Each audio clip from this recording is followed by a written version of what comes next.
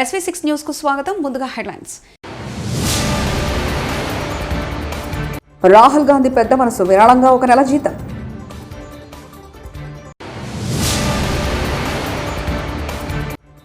బ్యారేజీ గేట్లు విరిగిపోయిన ఘటనలో బాధితులను కఠినంగా శిక్షించాలి వైఎస్ షర్మిల.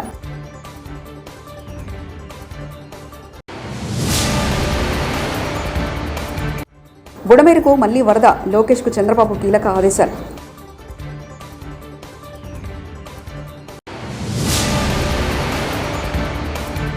నేను బయటకు వస్తే సహాయ చర్యలకు ఆటంకం, డిప్యూటీ సీఎం పవన్.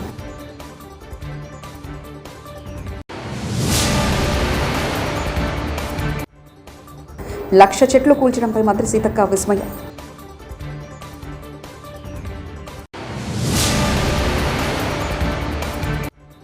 మేడారం ప్రాంతంలో నేల కొరిగిన 50,000 చెట్లు.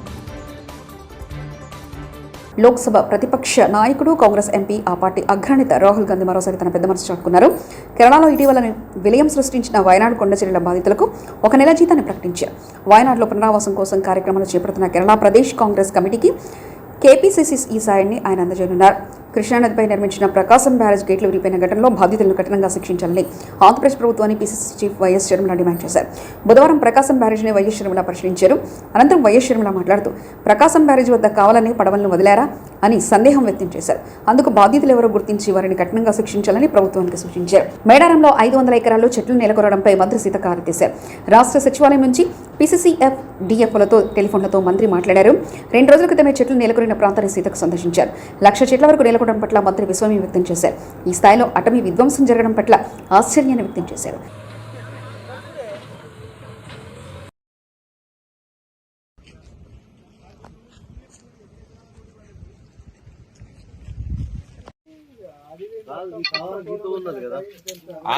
కరెక్ట్ అన్న. ఇప్పుడు ఆ తవ్వకు 5 కిలోమీటర్లు ఇక్కడ నుంచి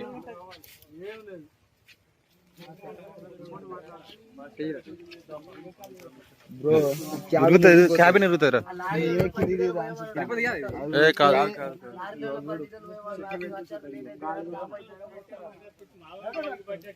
చంద్రబాబు ప్రభుత్వం అప్రమత్తంగా లేదని వేలెత్తి చూపిన పక్క రాష్ట్ర ముఖ్యమంత్రి, వరదల సమయంలో చంద్రబాబు ఫెయిల్ అయ్యాడని చెప్పకనే చెప్పిన తెలంగాణ సీఎం రేవంత్ రెడ్డి.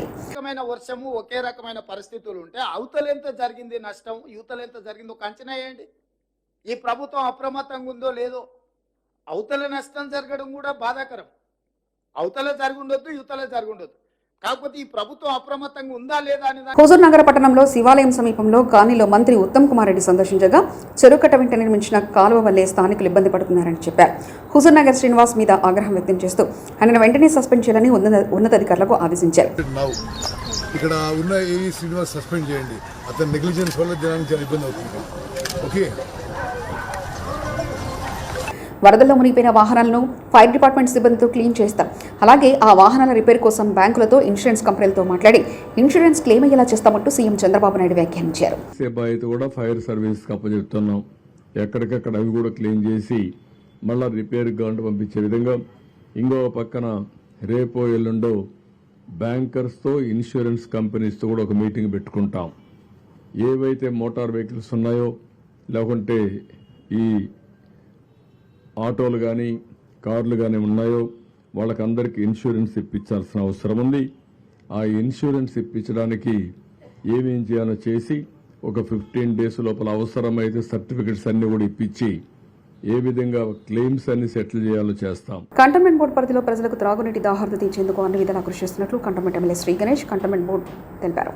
వివిధ ప్రాంతాల నుంచి తాగునీటి సమస్య ఎత్తడిని నివారించేందుకు బుధవారం సికింద్రాబాద్ కంటోన్మెంట్ బోర్డు కార్యాలయంలో CEO Madhukar Nayak, Jalamandali MD Ashok Reddy, cantonment board water work సూపరింటెండెంట్తో సికింద్రాబాద్ కంటోన్మెంట్ ఎమ్మెల్యే శ్రీ గణేష్ సమావేశమయ్యారు. అదే మాదిరిగా కంటోన్మెంట్ ప్రజలకు మంచినీరు సరఫరా చేయాలని ఎమ్మెల్యే శ్రీ గణేష్ జలమండలి ఎండీ అశోక్ రెడ్డి దృష్టికి తీసుకొచ్చారు. అందుకు ఆయన సానుకూలంగా స్పందించారు. ప్రస్తుతం మంచినీటి నీరు సరఫరా 1 MGDకి పెంచుతామని స్పష్టం చేశారు. ఈ కార్యక్రమంలో అధికారులు transmission CGM Ravinder Reddy, HMWS GM Vinod Kumar, GM Srinivas, Congress party నాయకులు బద్రీనాథ్ యాదవ్, సంకి రవీందర్, సంతోష్ యాదవ్, మురళి, బలవంత్ రెడ్డి, నాగేష్ యాదవ్, బాబురావు పాల్గొన్నారు.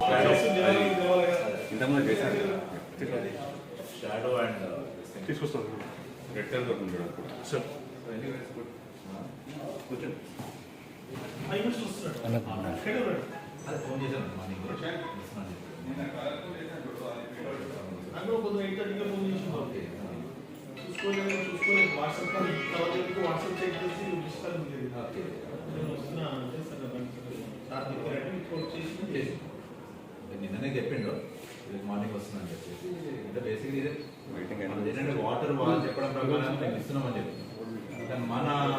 वेरी क्वांटिटीज प्रकार చూసి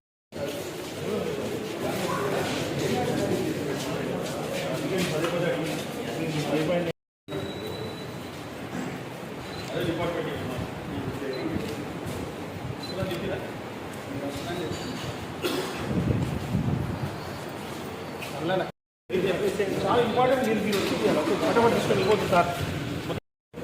ఎంజీడీ చూపించారు కానీ మన కంటోన్మెంట్ బోర్డ్ డిపార్ట్మెంట్ వారే వాటర్ డిపార్ట్మెంట్కి హైదరాబాద్ డిపార్ట్మెంట్కి ఏమైనా ఇచ్చారంటే 5.9 మాకు చాలు అన్నారు. దాన్ని దృష్టి ఉంచుకొని సార్ 1% పెంచి ఈరోజు 6.9 ఇస్తున్నారు. ఈ 2 రోజుల్లో కూడా కరెక్షన్స్ ఇంత వస్తుంది అంత వస్తుంది అన్నది ఈ రోజు మీరు వచ్చినాక అన్ని క్లారిటీ ఉంది. ఎలాంటిగా డిస్టర్బెన్స్ లేకుండా డిఫికల్టీ లేకుండా ఏ పాయింట్లో ఎంత ఉంది మీటర్లు కూడా పెట్టి సార్ ఏమన్నారంటే బోర్డు తరఫున మీటర్ పెట్టినా ఓకే అంటే ఓకే, లేకుంటే హైదరాబాద్ మెట్రో వాటర్ వర్క్స్ నుంచి కూడా మీకు పెట్టి మీటర్లు పెట్టి కరెక్ట్గా లెక్కిస్తామని చెప్పాను. ఈ అన్ని విషయాలు క్లారిటీ అయ్యి దీంట్లో ఎలాంటి మళ్ళీ సందేహాలు లేకుండా ఈరోజు క్లోజ్ అయింది. చాలా సంతోషకరమైన రోజు. ఈరోజు స్వయాన హెచ్ఎండబ్ల్యూఎస్ మేనేజింగ్ డైరెక్టర్ గారు వచ్చి అశోక్ రెడ్డి సార్ వచ్చి ఈరోజు మనకు వాటర్ ప్రాబ్లం సాల్వ్ చేయడానికి వచ్చారు. మనం 10 రోజుల క్రితం మాట ఇచ్చారు 1 MGD పెంచుతున్నారు. ఈరోజు ఇక్కడ లెక్కలు తప్పినాయని తెలిసి లెక్కలన్నీ వారి ఆఫీస్లో కూర్చొని అన్ని వాటర్ డిపార్ట్మెంట్కి తీసుకొచ్చి ఎక్కడెక్కడ ఏ పాయింట్లో ఎంత వాటర్ వస్తుంది ఎక్కడ ల్యాక్ అవుతుంది అనేసి మొత్తం క్లారిటీ చేసుకొని 2 రోజులలోనే మనకి ఇచ్చిన హామీ ప్రకారం 1 MGD పెంచి నీళ్ళు ఇస్తా అని చెప్పడం. దాంట్లో సిఓ గారు water department superintendent Raj Kumar sir కూడా ఉండి అన్ని విధంగా మన ప్రజలకు ఏమి ఇబ్బంది కాకుండా అందరికీ వాటర్ అందించే విధంగా మనకి ఎంత క్వాంటిటీ అవసరం అంత క్వాంటిటీ సరఫరా చేయడానికి వారు ముందుకు వచ్చినందుకు వారికి హృదయపూర్వకంగా ధన్యవాదాలు. ఇంత మంచి ఆఫీసర్ ముందుకు వచ్చి చెప్పడం ఇంతవారికి చరిత్రలో ఏనాడు జరగలేదు. అందరు కోఆర్డినేషన్ మీటింగ్ జరగడం అంటే చాలా శుభసూచకం. మన సిఓ గారు కావచ్చు, మన water department Raj Kumar sir కూడా అనేక సార్లు అక్కడ అజిత్ రెడ్డి సార్ కూడా ఫాలోఅప్ తోటే మనకి 1 MGD వస్తుంది. ఏ విధంగా అయితే ఎలక్షన్లో మన ముఖ్యమంత్రి గారు నీళ్ళు ఇస్తానని హామీ ఇచ్చారో ఆ హామీ మేరకు ఈరోజు మనకు నీళ్ళు రావడం సంతోషం. అన్ని కష్టాలు ఇదే మీదుగా వాటర్ ఎట్లా తొలగిపోయిన మిగతా సమస్యలు కూడా పరిష్కరిస్తామని మీకు మాటిస్తాం.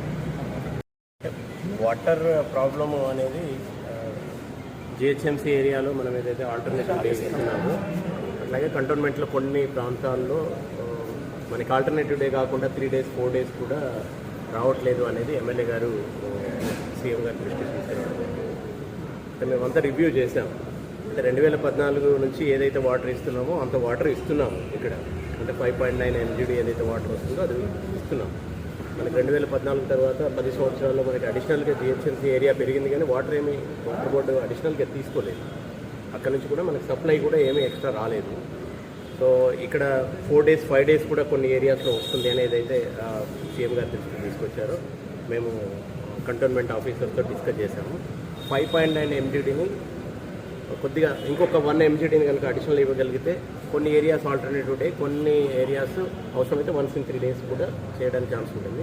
మనం ఇచ్చేది డ్రింకింగ్ వాటర్, ఎందుకంటే ట్రీటెడ్ వాటర్ డ్రింకింగ్ వాటరే కాబట్టి not for all the purposes. అంటే హైదరాబాద్ 1 కోటి మంది జనాభా 14 లక్షల కనెక్షన్స్ ఉన్నాయి. మనకు వచ్చిన వాటర్ని లిమిటెడ్గా వాడుకోవాలి. 150-200 కిలోమీటర్ల దూరం నుంచి తీసుకొస్తున్నాం మనం. సో ఒక 1 MGD అడిషనల్గా ఇవ్వాలని చెప్పేసి కోరారు. దానికి ఈ రోజు వరకు నేను రివ్యూ చేశాను. ఒక 0.55 MGD వరకు ఈ వారంలో కొద్దిగా పుష్ చేయగలిగాము. కొంత ఇంప్రూవ్మెంట్ జరిగింది. ఇంకొక 0.45 MGD కనుక అడిషనల్ ఇవ్వగలిగితే చాలా ఏరియాస్ రెగ్యులర్ అవుతుందని చెప్పారు. అది కూడా మనం వాటర్ బోర్డ్ ఇంజనీర్తో కూర్చున్నాము. వాళ్ళందరికీ కూడా ఇన్స్ట్రక్షన్ ఇచ్చాము.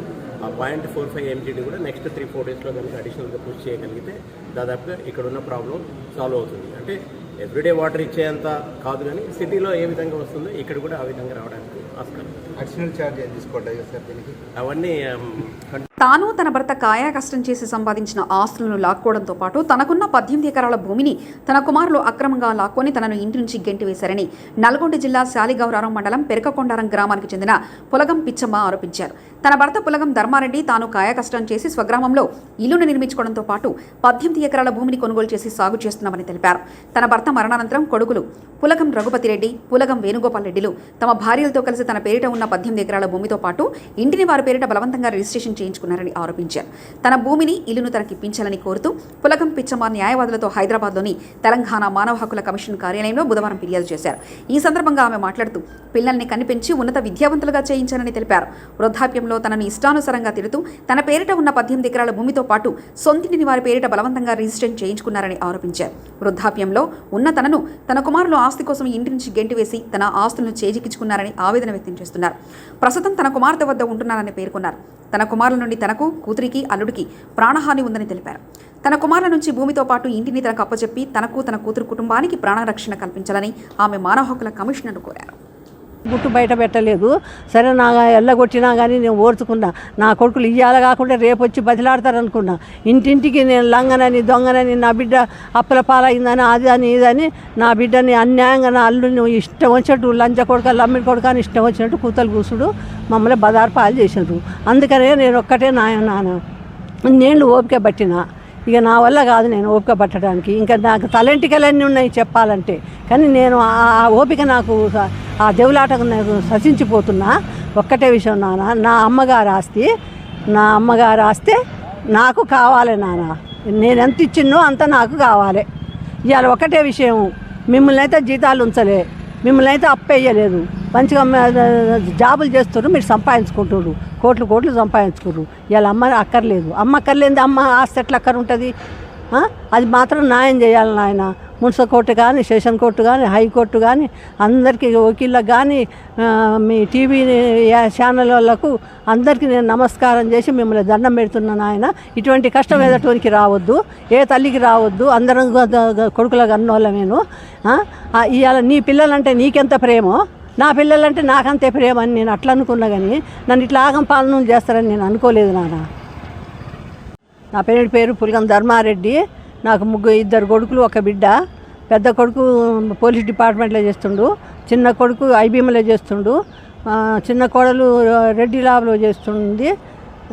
నా పెద్ద కోడలు టీచరు, నా బిడ్డ కూడా టీచరేను.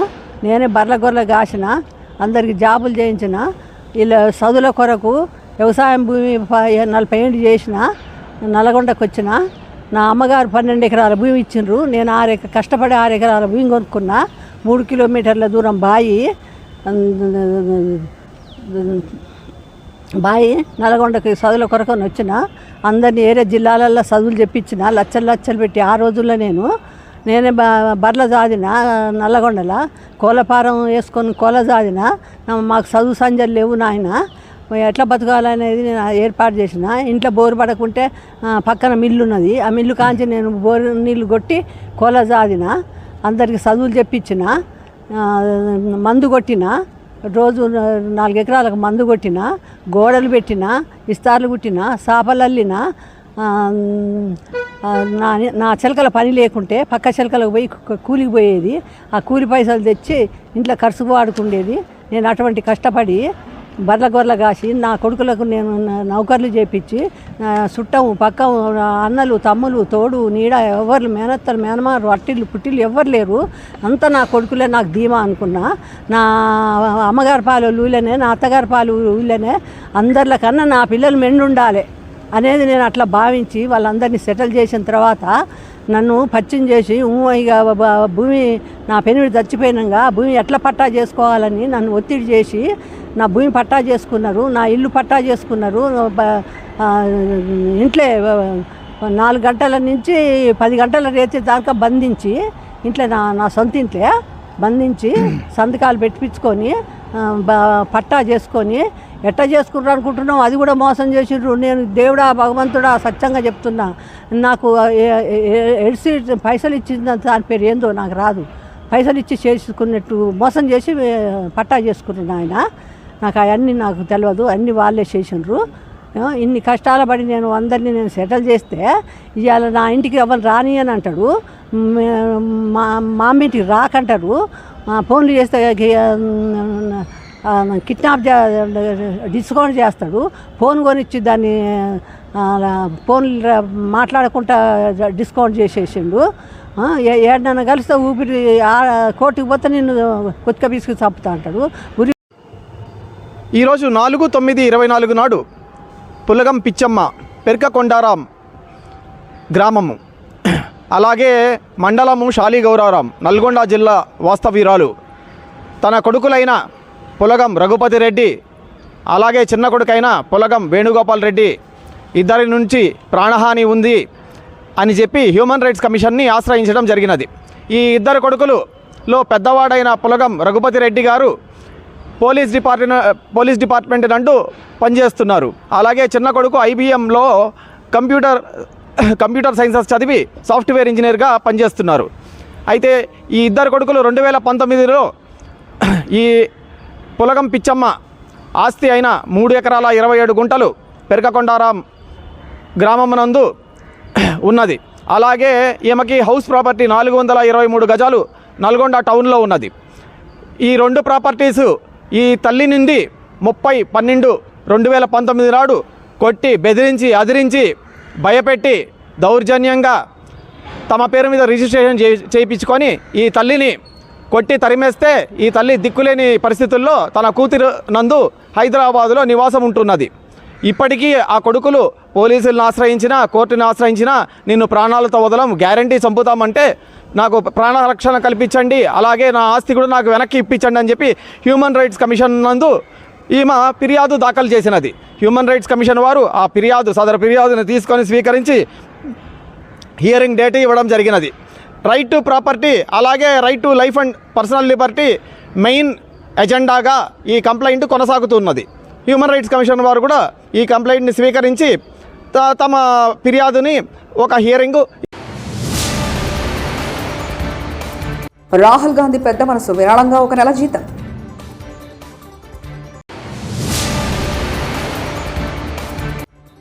బ్యారేజీ గేట్లు విరిగిపోయిన ఘటనలో బాధితులను కఠినంగా శిక్షించాలి వైఎస్ షర్మిల.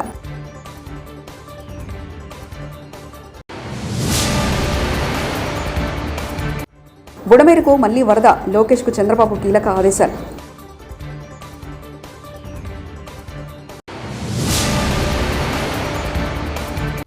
నేను బయటకు వస్తే సహాయ చర్యలకు ఆటంకం, డిప్యూటీ సీఎం పవన్.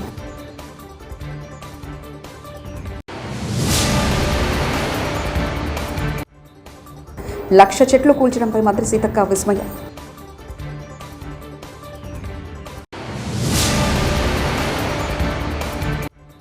మేడారం ప్రాంతంలో నేల కొరిగిన 50,000 చెట్లు. ఇవి బులెటిన్ విశేషాలు. చూస్తూనే ఉండండి SV6 న్యూస్.